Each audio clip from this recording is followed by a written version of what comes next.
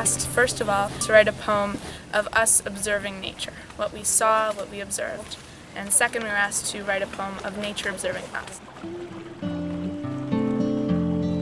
Here is the river, flowing through the fields and farms and forests. It branches, it sways, like a tree in the precarious wind. When you have lost yourself, staring at the sun striking and bouncing and tumbling, when you have seen where it ends its merciless circle and embraces the sea, then you know the river and other forgotten things.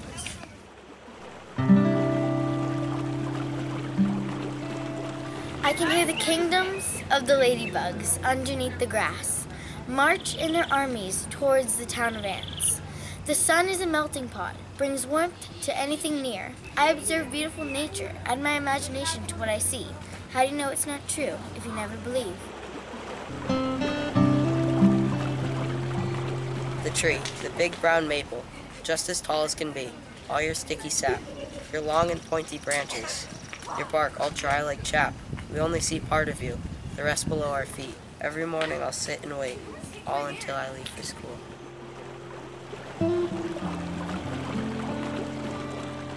I spend a lot of time crying in this unit because of what comes out of their hearts and minds, and it's amazing. The field trips began with an invitation from Smith to come see their Asian art exhibit. We found out about the River of Words project through Margaret Babbitt, one of our parents, and so we were very excited to combine that. It was just a natural integration of those two things, and then we also got to visit the greenhouse at Smith College. A sparkling pond, tree-covered island, completely green, plopped in the center. Pollen drifts through the tropical spring air. The scent of newly bloomed flowers surrounding me. My eyes close as I become lost in soothing thoughts and slowly fall asleep. The tall stalks of bountiful dandelions brush against the brilliant green grass, swaying slowly in the gentle breeze, as the water below flows through the snaking stream, cascading over the rocks, creating crystal showers of light. The twittering of birds, the buzzing of bees, composing a song of life. The trees in the distance, witnesses to decades of change, their myrtle green leaves caressing each other, whispering secrets for the trees.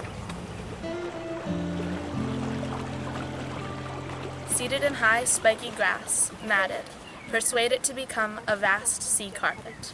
Birds wing, cricket's song, dog's tongue, water's arms, wait for human presence.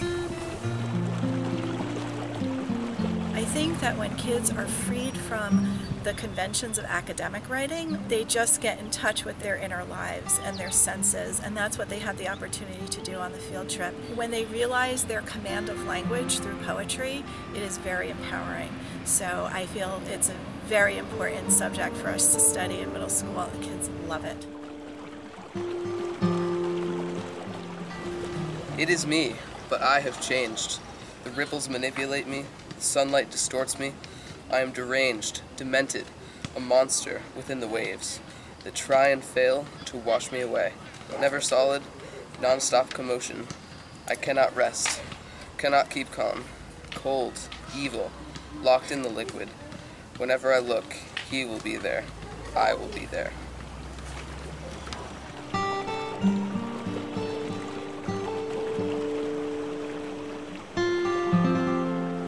Paradise Pond was a perfect location for this River of Words project with JFK, and we asked the kids to do a sensory observation exercise where they used their 5 senses and recorded their observations. And then we even did a kind of a switcheroo and asked them to imagine a part of nature observing them. I didn't know what to write my poem about, and then I saw a lonely shrub on the island in the middle of the lake, and I was like, perfect. I am a fat wild shrub. Beetles creep through my innards, tickling me. Above, trees droop over, carelessly dropping their crumpled leaves. Quiet, withering flowers grow at my feet, their petals that were once as vibrant as glowing coal on a starlit night, now as pale as a summer cloud, bobbing in the rich blue sky. I am a fat wild shrub. The grass, spiky and green but soft nonetheless, hold me up above the dirt, brown and gritty. The grass fades as it creeps towards the pond water. More and more the dry dust shows its dreary face. Yellow butter daffodils, smiling up across the lake like miniature stars and suns, fallen from the heavens. Beautiful nature sitting by our side.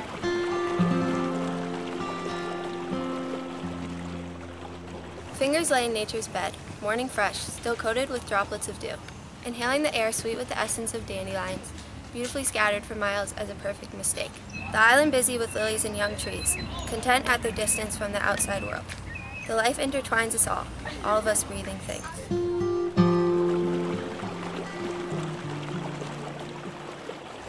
Civilization in the distance seems so far away from here, with dandelions invading the hillside, turning it into a new sun.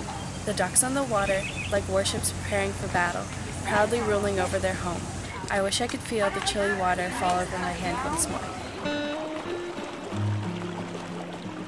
Adorable ducklings dunk their heads underwater, frisking for prey. Bright white daffodils and sun-yellow dandelions blossom when they hear the buzzing bee. Looking back, a duckling caught a fish larger than itself.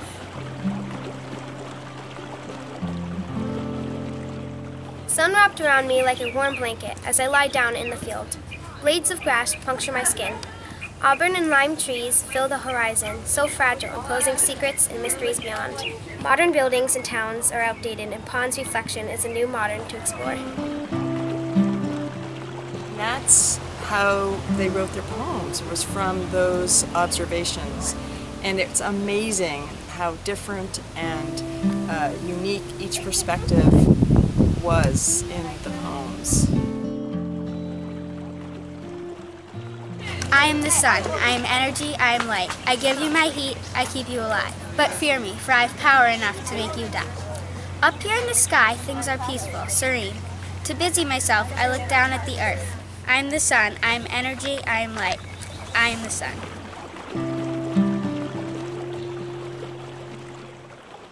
Rippling currents, sparkling in the distance like little moonbeams, gurgling as gnats whiz over the surface, teasing each other as they soar. Delicate light purple flowers peeking out from tufts of bright green grass. Content feelings of tranquility weave themselves through our patch, that is, until a beep and a buzz, followed by the glowing of a tiny little screen. All is broken.